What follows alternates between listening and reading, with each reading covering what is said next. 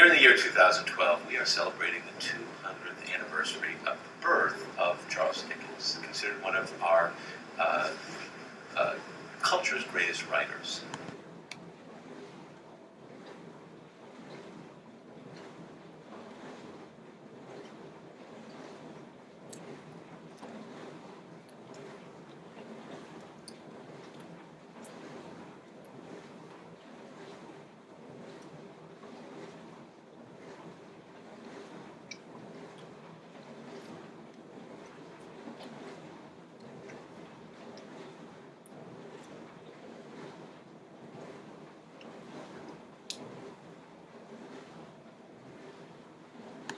Charles Dickens was indeed born in February of 1812 in England.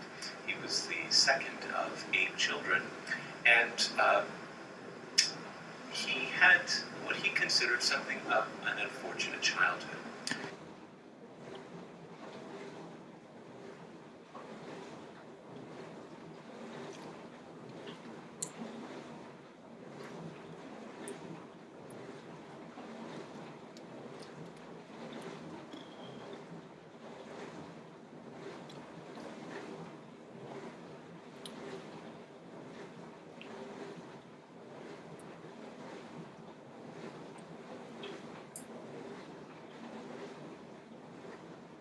When he was just about 12 years old, his father was imprisoned for indebtedness. Now, at the time, debtors' prisons, as they were called, were intended not just for the individual who was charged with indebtedness, but for his entire family.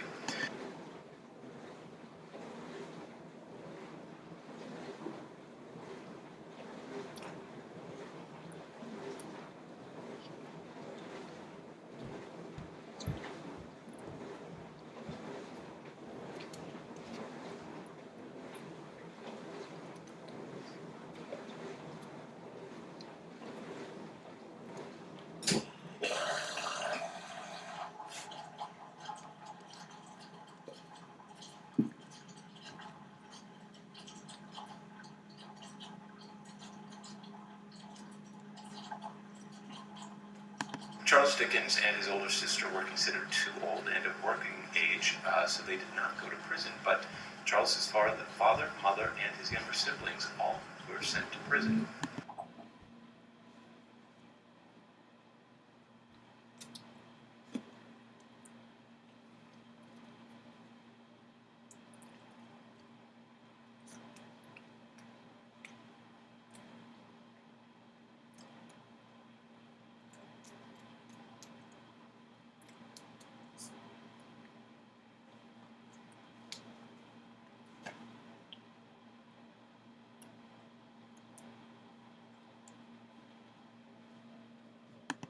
Charles was sent to work in a factory at the time, and this was an experience which greatly influenced his writing and thinking in later years.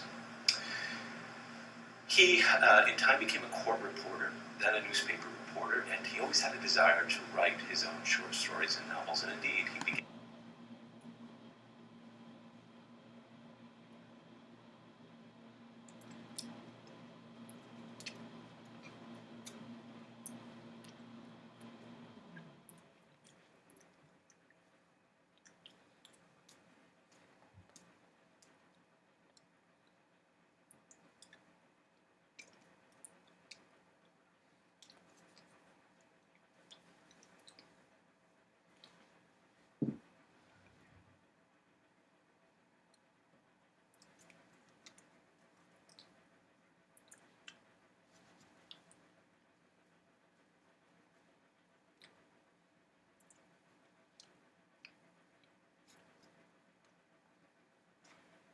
doing just that. Those works appeared first in serial form. A chapter might appear in an issue of a newspaper, and then another chapter in a later issue. They were later collected into whole novels.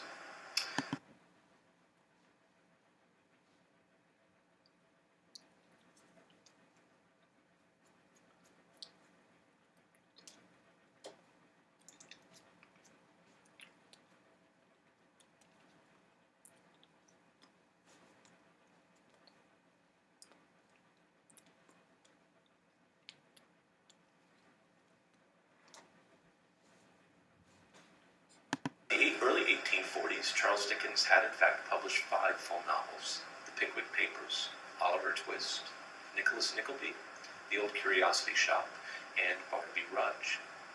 And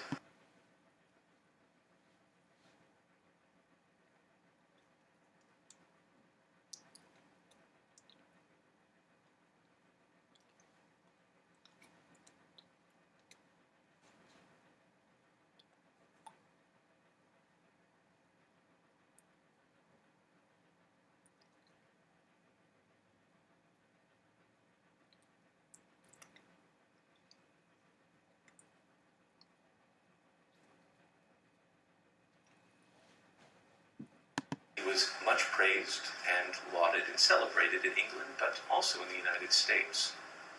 In January of 1842, he made his first visit to the United States, arriving in Boston after a very choppy sea voyage.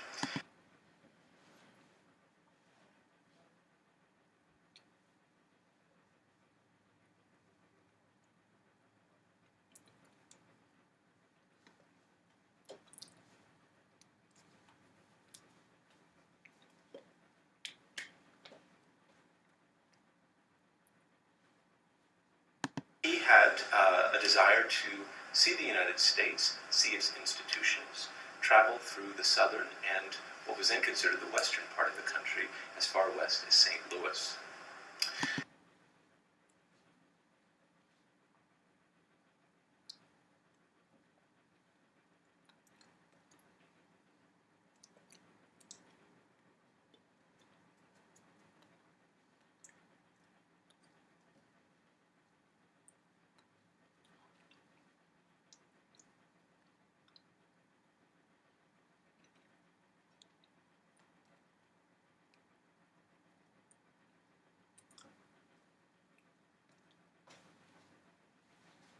Because he was a champion of the underdog, based on his experience as a child, he especially wanted to see what were then referred to as insane asylums, mental institutions. He wanted to see prisons. He wanted to see schools for the blind and the deaf.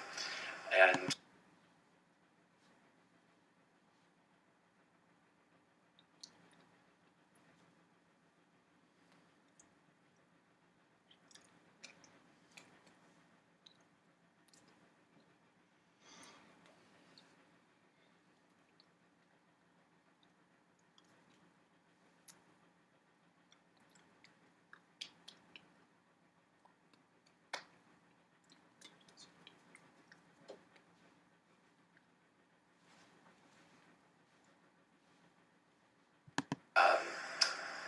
he was actually appalled by some of those institutions. An institution that specifically appalled him wasn't an institution contained within a building, but it was the institution of slavery. His own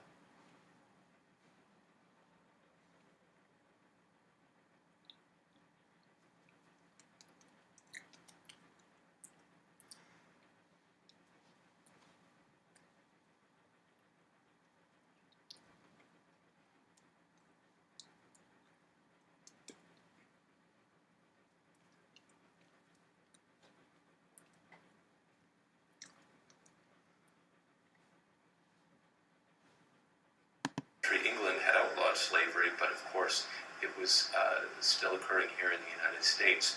He was so bothered by it and what he was seeing on the streets of Washington, D.C., that he refused to go any further south into the United States.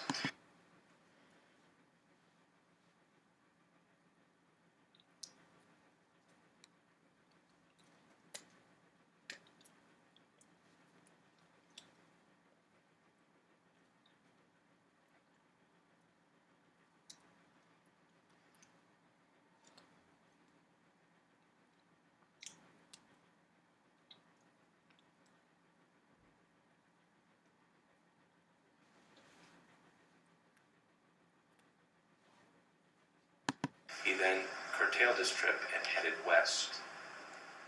He got as far west as St. Louis, and while he was in Illinois, one of the things he wanted to do was to have an excursion, a day-long excursion to see a prairie, what he referred to.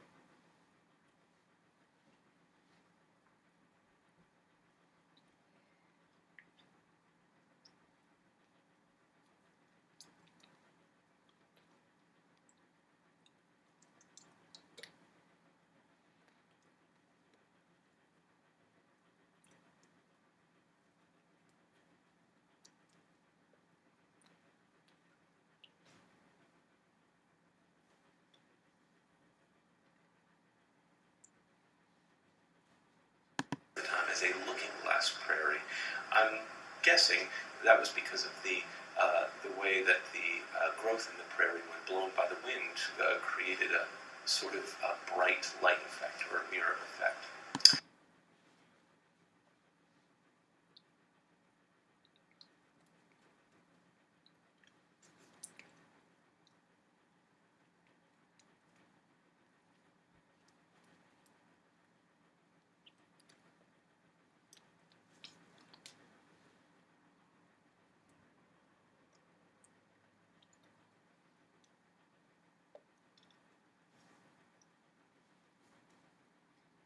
This excursion was considered too much for the women, and so Charles's wife and her female traveling companions remained at the inn they were staying at in Lebanon, Illinois, and the men in the party headed out to see the prairie.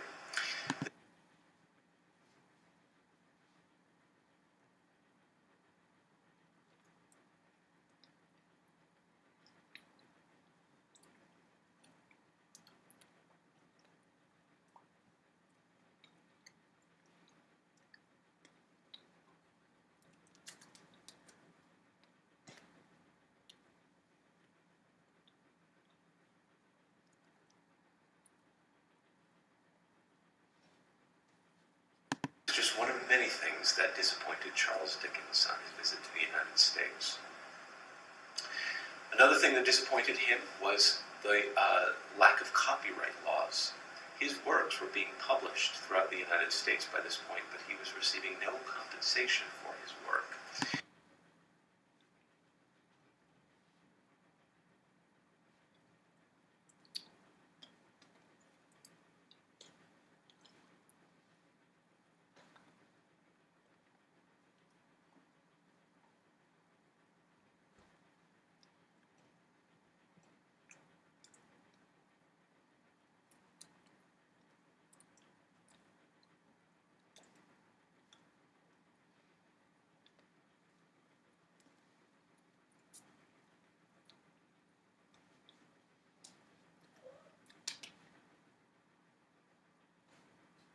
This was something that he, along with other writers of the time, American writers as well, such as Washington Irving, were staunchly fighting for. When Charles Dickens returned to England later that year, he published a book based upon his travels to the United States entitled American Notes.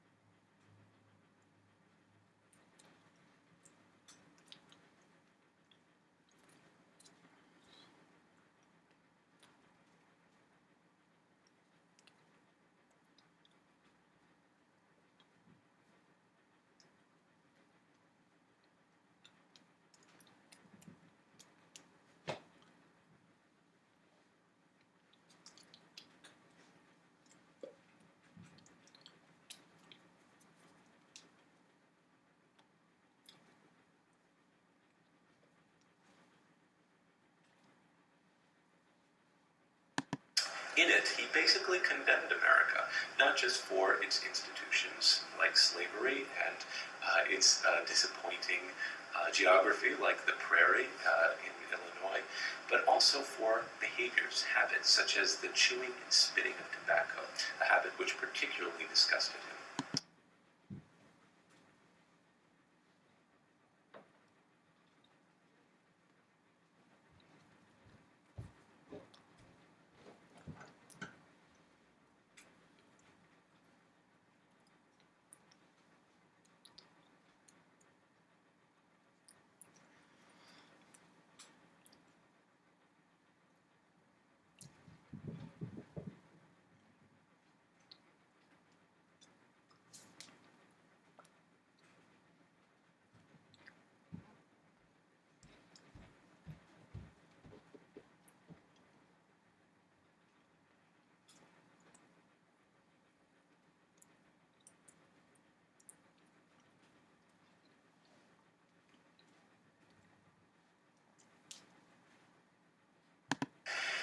Americans, while they still loved his writing, were no longer fans of the man Charles Dickens, and there was sort of tension in the relationship between Americans and the man.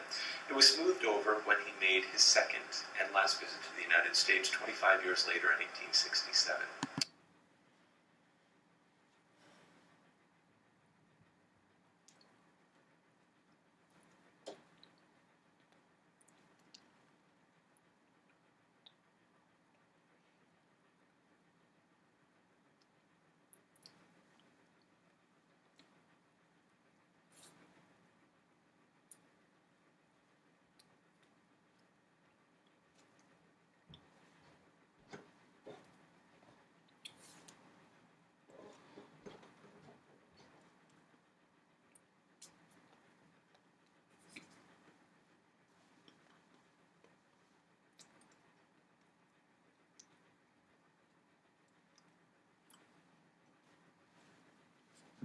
He traveled throughout the entirety of the United States in this trip and felt that America had much improved since his earlier visit. He gave hundreds of readings of his works while he was here, and many say those even led to his eventual death just 2 years later at the age of 58.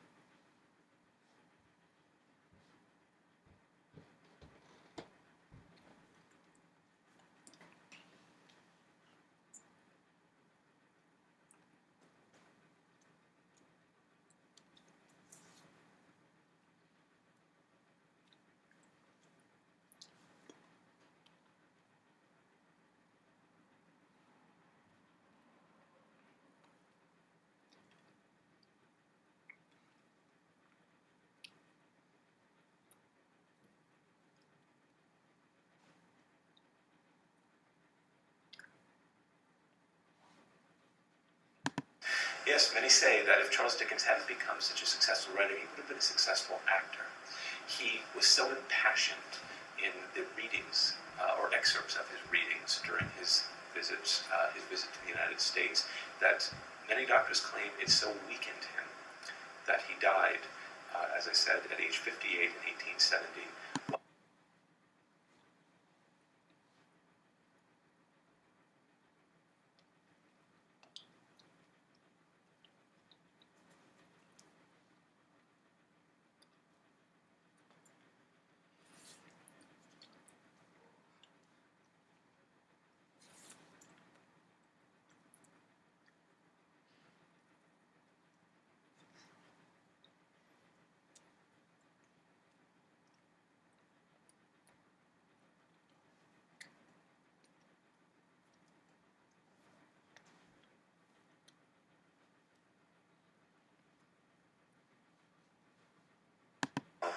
Still working on yet another novel is uncompleted, The Mystery of Edwin Drood.